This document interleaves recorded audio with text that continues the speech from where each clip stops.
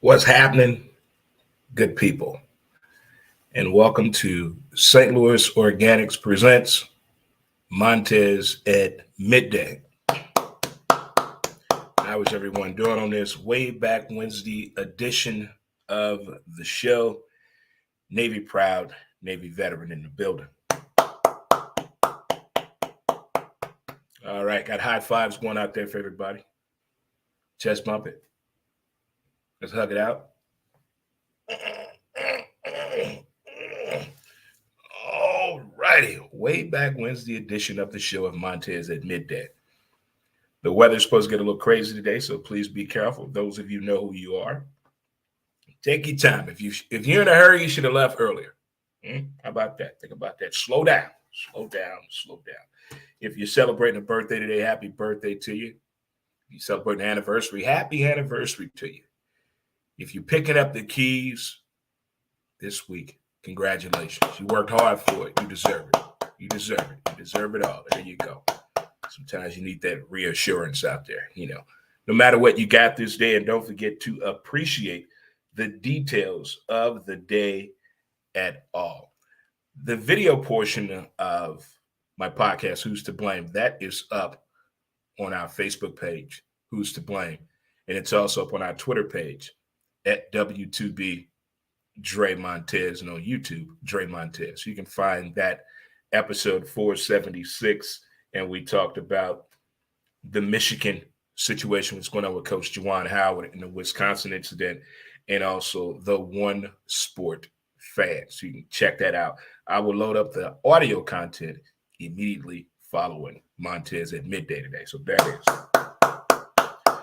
So my thoughts on the whole Juwan Howard thing. I was talking to a buddy of mine from Charlotte, North Carolina. Shout out to my man Juan. And we shortly, briefly discussed the Juwan Howard situation. Did Michigan get it right? Would it have been different if it was a black coach, two black coaches going at it? What did the Wisconsin coach say? Looking at it for what it's worth and what actually happened, and if you've ever played sports at any level, you know the signs of pettiness.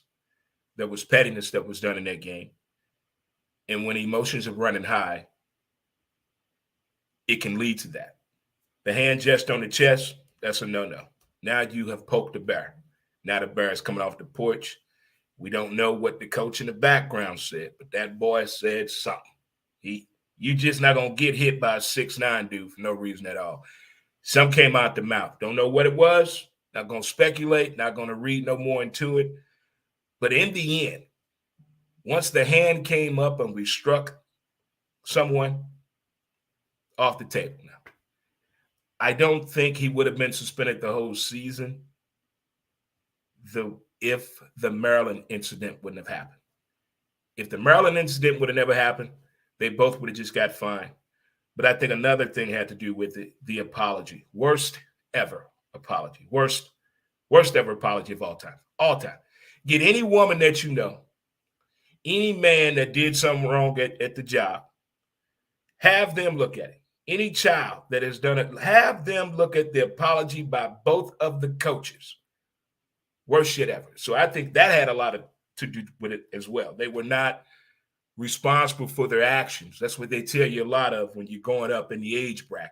You must be responsible for your actions. And that did not occur in that situation. But those are my thoughts right there on that. I think overall the right things were done. But I still want to know what that coach said. The bad side of this, let's just say, who remember Malice at the Palace? All right, moving right along. That's it. Who's getting ready for Mardi Gras Parade? Who's getting ready? Who's getting ready? Who's getting ready? This guy here is. I don't know what number I'm on yet. I'll let you guys know that hopefully on Friday's show. But until then, I've been prepping for this. getting the right fluids in my system, doing my daily walk to get ready for the Mardi Gras parade. It's parade season, first one in 2 years. It's time for us to go crazy, folks, in the right way, the right way. And let's not go too far. Let's make Barstool Sports, but not TMZ, if that makes any sense to you out there. But it should be fun. I think the weather is going to agree with us. It should be nipply. It should be right there. Definitely should be. But that was my thoughts right there on the whole Michigan incident with Juwan Howard. But as I said before, I always can reflect on something when it goes away where your immediate actions were the wrong thing to do. Another softball moment brought to you by Painter Pro Painters, Oklahoma City. Certi Pro Painters, Oklahoma City. Here you go. I give a home run to this kid. A shot. I mean, he hit this thing a ton. But he took his time around the bags. He was showboating. He was being petty.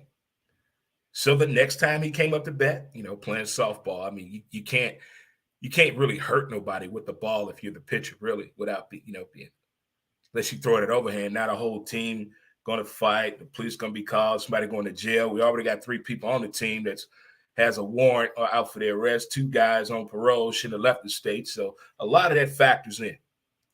But at the moment, none of that mattered. So the next time he came up to bat, he hit a one-hopper to me. Me, being petty, not thinking, I rolled a ball to first base.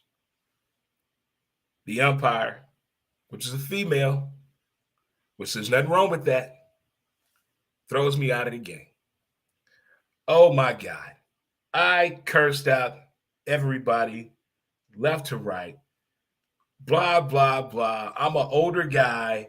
I mean, I'm in my 30s, but I'm older than the young man that hit the home run off me. But it's that moment. So I get the nudging of the chest. He poked the bear. Running around slow on the bases. Look what happens to you in Major League Baseball. Do that shit in Major League Baseball. Not saying that's the right thing to do, kids, but I'm just saying. I understand the initial movement of the whole situation that happened. But when you go up that ladder, man, you got to think when they poke you, you're gonna be ready to do that. You just gotta. It's hard to say it. It's easy to say it from this side. It's like when people win a lot of money and they buy something crazy that we think are crazy, or celebrities and athletes do something. We are at home looking at them or reading about it and saying, I wouldn't do no dumb shit like that, but if I had all that money, you're a damn lie. You'd probably do something worse. Don't let me win $20 million. I feel I'm going to feel so bad for the 25 people that I'm going to hold hostage on a private island for a year. I feel sorry for them. You're just going to disappear. Bye. No social media. We're gone. We're off the grid. So don't sit up there and say you wouldn't do that or do that. You're not in that moment. We're judging a day after the fact. But the heat of the moment, the drunk tank in jail in the military has the best stories of in the moment. You did what? It was in the moment. It was in the moment. I don't condone it, but it was in the moment. Moving right along. Montez at midday. How we doing, kids? You guys on lunch break? You're in your car. You're listening to me in your car, telling everybody to be quiet. I'm trying to listen to Dre, y'all. I'm trying to listen to Dre. I appreciate that. Even more, visit the website, www.dremontez.com. All right. Next up on the adventure list, way back Wednesday edition. And what I mean by that, a lot of the books I've read, television shows, people I've talked to, documentaries I've watched with the actual people that were involved, not somebody else telling you a ghost story or a memoir of them, the actual people that were involved. I noticed something. The 50s 60s, 70s, 80s, and 90s, they did their thing when it came to entertainment. When it came to entertaining people, they did their thing for the entertainment value that it was for itself. They did it from sports, movies, television, Broadway.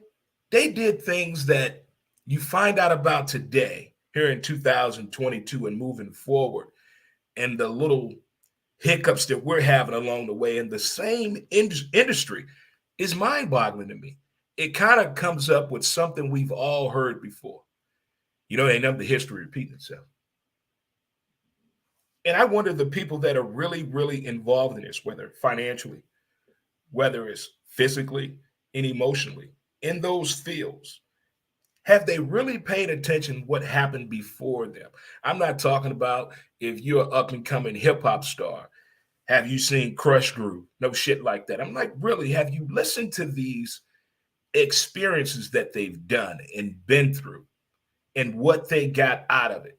A lot of people say a lot of positive things can come out of negative thoughts if you turn into positive energy. That's why that hating thing, people say they love the hate, it thrives them, it pushes them. But the other portion of people were that same method of madness and antagonistic thoughts and process that are going on out there, bringing them down and stopping some great work and stories being shared that should be shared because you can learn from that. I think now more than ever, the past 5 years, I found out more things that I didn't know about the 50s, 60s, 70s, 80s, and 90s that involved entertainment, that involved that the things you need to know, you should know, and you did not know. Not all of it is worth the money, the value, the bang for its buck, but for us, the knowledge that you get out of there and how resourceful it can be. You know, I'm going to take it for what it is. And I took it as like a learning experience. And I think a lot of things that happened in that time, because that was a new way of doing things. That was a completely different way of doing things, the train of thought. And to move along with the technology process as well and seeing the curve. I mean, they credit New York and California with a lot of things. And down in Florida as well, and up in the corner in the state of Washington. But it intrigues me how they put it in movies and how they put it in documentaries about the story of the cocktail waitress, the story of the tassels being in the bar, the smoking in the bar, the dimming of the lights, you know, why certain bars only did jazz at this particular time of the day, why baseball was only played at this time of day, why football did this. Everything they did to get the fan attention and have the audience gasping in the 50s, 60s, 70s, 80s, and 90s is just impressive to me. I mean, they did their thing.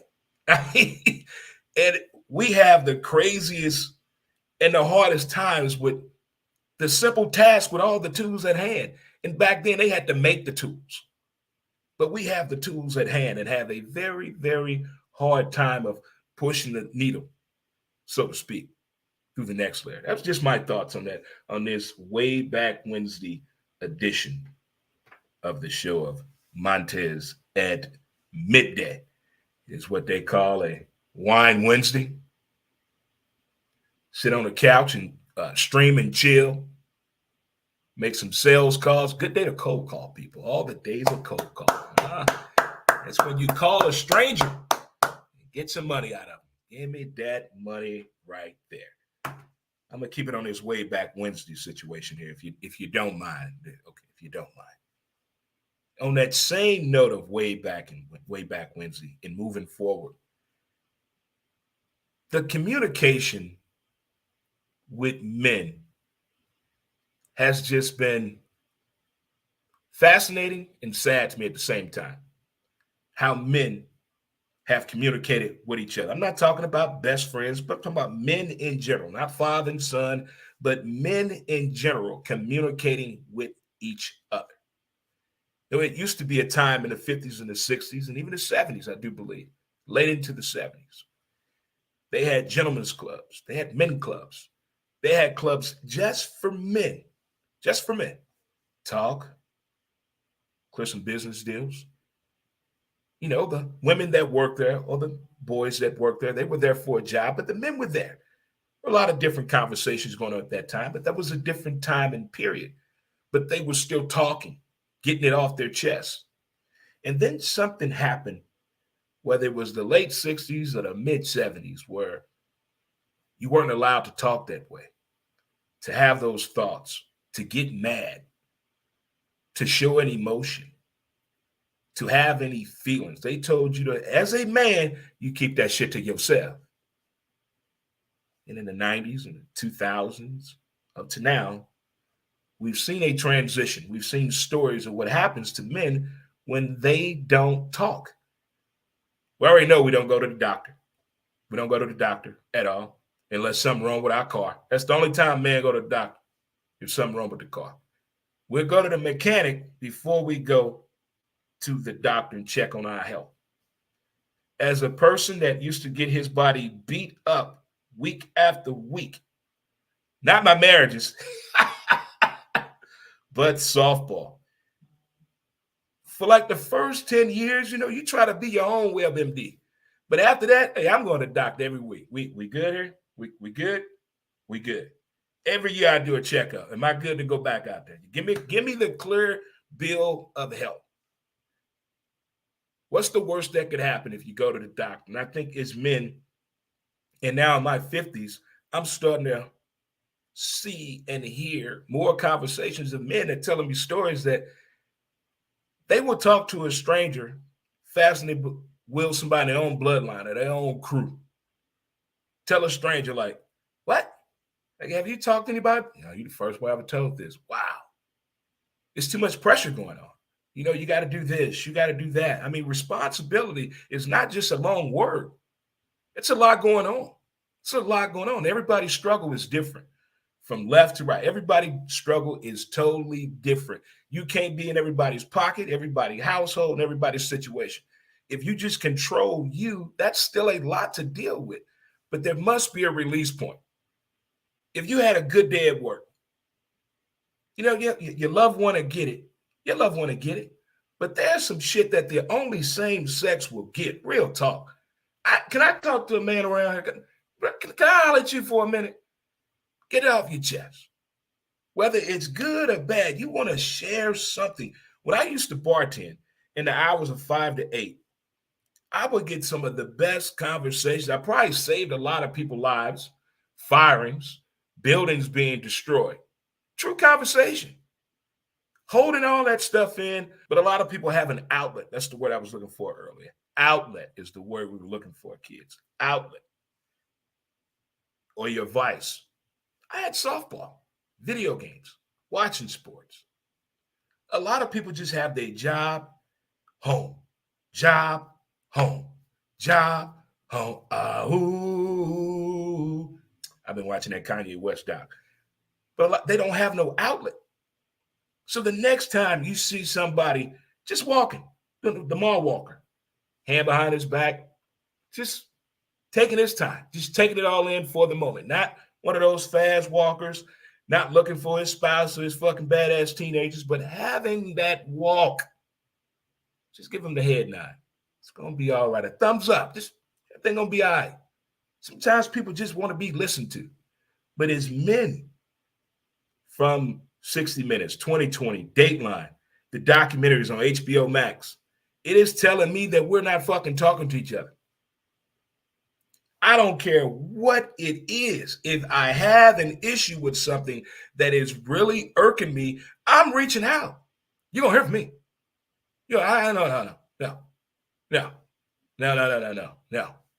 No. There's some things I can't let go. Well, that was years ago. I say about 4 years ago, I learned to change that mentality right there of not letting shit go. And it started with sports, first of all. It started there. Them some bitches right there. They'll have you in your feelings if you get caught up in the moment. But it's okay to have a little cup of coffee with your bro. Let's talk it out. How work going? How the life? Huh? What you need to get off your chest? I'm here to listen. But holding that all in, man, it leads out to stress. Stress. So let's talk it out, man. Let's talk it out. Let's talk it out, man. Talk it on out. We're going to do better than Aaron Rodgers. A 12-day cleanse. The fuck? He has bad dating habits. Aaron Rodgers. All right, Aaron Rodgers out there. We give so much props to the Green Bay Packer backers. So much props. So we give them Green Bay Packers get so much respect from everybody. Aaron Rodgers has won one Super Bowl. Brett Favre won one Super Bowl. Prior to that, the other ones came before color TV. They have not updated that arena, that stadium at all. They get all the love because they're what? They're privately funded. Well, who gives a shit? We give them way too many props. We give Aaron Rodgers way too many props. Aaron Rodgers, last I'm going to tell you this.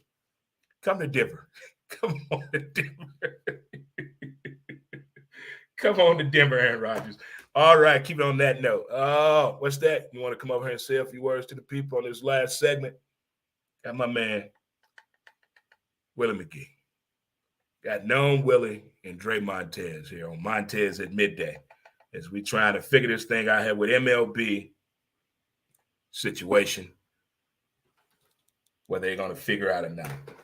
I don't want to get caught up in that right now. We're going to keep this thing positive.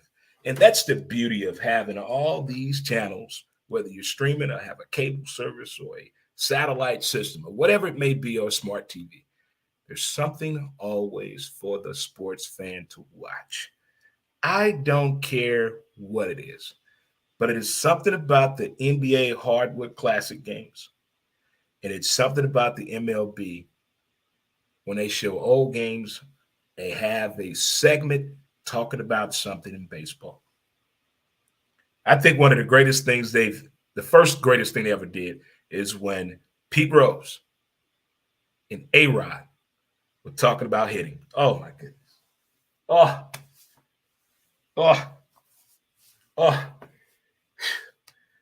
That was my rom-com of sports right there. That was so romantic. It was a beautiful thing listening to Pete Rose, Charlie Hustle. This man dove in head first at home plate in an all-star game. You won't get that in the NBA. Focus, Dre. But old school baseball, it gets me. It gets me. But they did the top 30 MLB batting stances. Think about the ones that you know and love. Just think about them for a minute.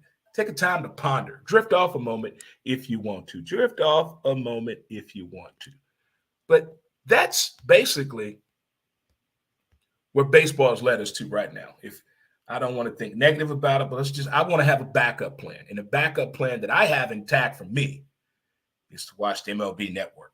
Show me some old school games. I've already shared the idea with the MLB and the commissioner, Mr. Rob Manfred, to show each baseball market and put on MLB Network the top 162 games of each ball team. Let us all experience each other's opening day. Let that happen, huh? I want to feel that whole baseball nostalgia. So yesterday, they had that on, the batting stances out there. Oh, man. And I was a huge Daryl Porter fan, former Cardinal, number 15 of your life.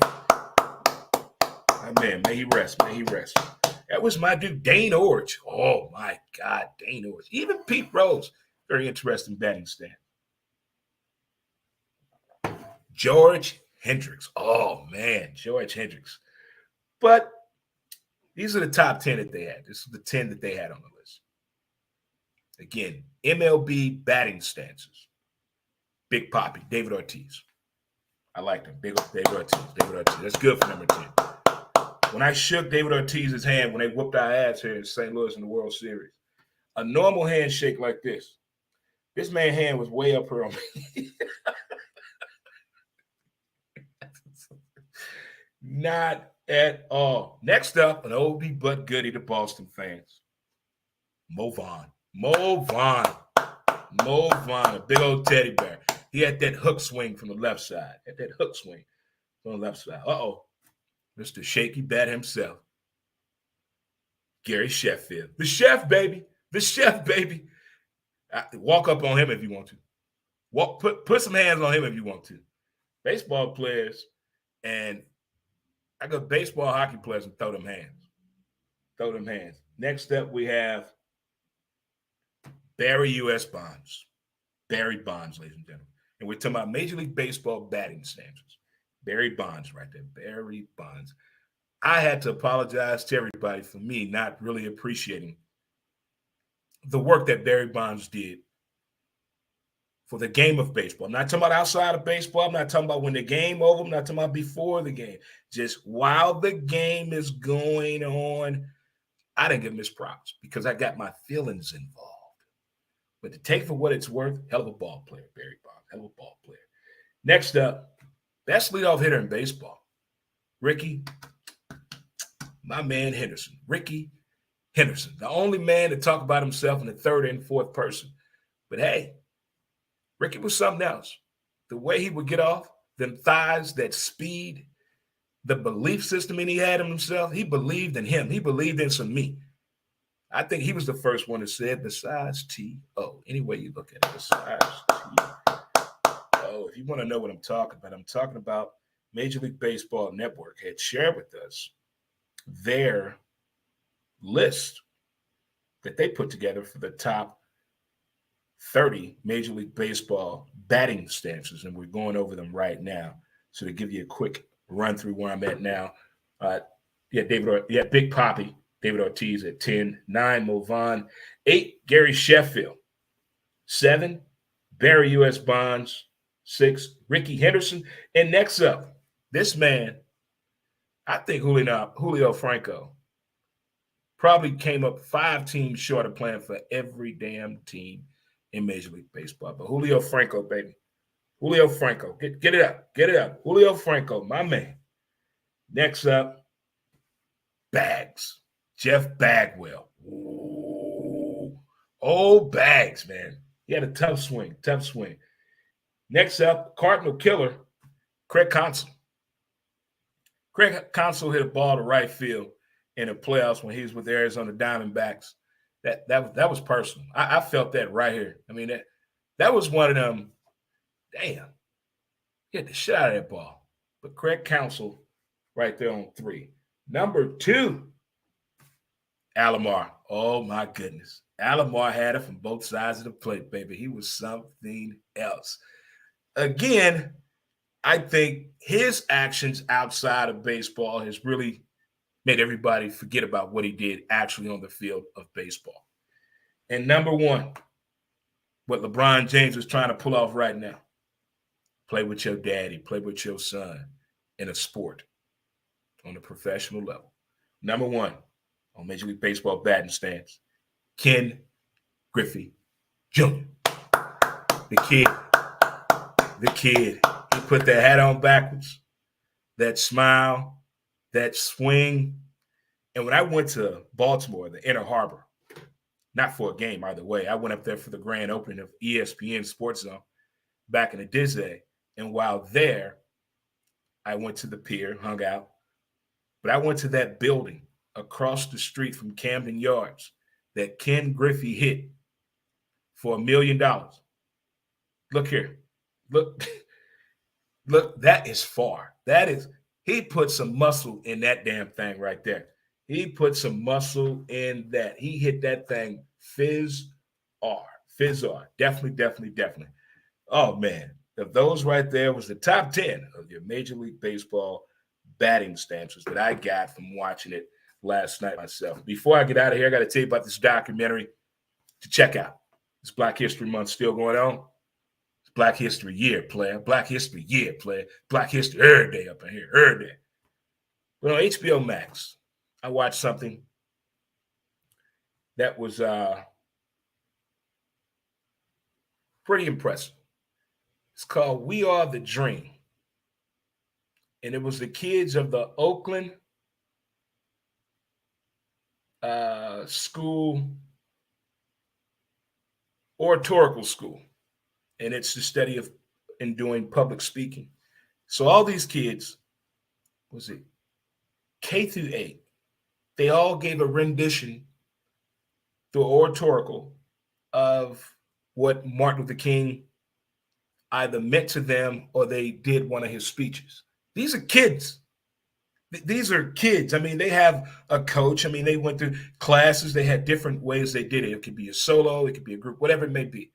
But it's on HBO Max, and it is an amazing, well put, well done. If you are a school teacher and you are K through 5, you want to see this. There's no cussing in it. There's nothing that can get you fired or deemed as being an unfit teacher or whatever. But check it out. It is an amazing documentary, and it's well done. And it's all kids of colors and nationality in it. But it is amazing, just beautiful. And I don't know how early or if public speaking was ever in your life or around it, if you've ever done it in your life. But if you grasp it at a young age and get the understanding, it's a different feeling, to just talk in front of people about something that you're passionate about, or something that you've learned about, or something that you want to express yourself about. But it's a very well done documentary. So check that out. All right, good folks, good people. It's been fun. It's been dilly. It's Wednesday. We're getting close to walking in the middle of the street and yelling at each other and ripping our shirt off. That's every day. That's every day. Somewhere it is. It's every day. I think. Let me see if I can do this right today. See if I can do it right. Let me see if I can exit. I'm getting better at this. I'm getting better at it. I don't have it all the way there yet, but I'm getting better at it. We're moving up the chain here. All right. See if I got it. Okay. I'll get us some music. Get up out of here. Let you folks get on with your day. And we're going to get on with ours. That being me and Willie. We'll see you Friday. Same time, same bat station. 11 a.m. Central Standard Time. Facebook, Dre Montez. Instagram, Who's to Blame the Podcast. Twitter at W2B Dre Montez and YouTube Dre Montez. TikTok, Dre Montez 63. And kids, thank you again. Shout out to the sponsors. Shout out. Boom, boom, boom, boom.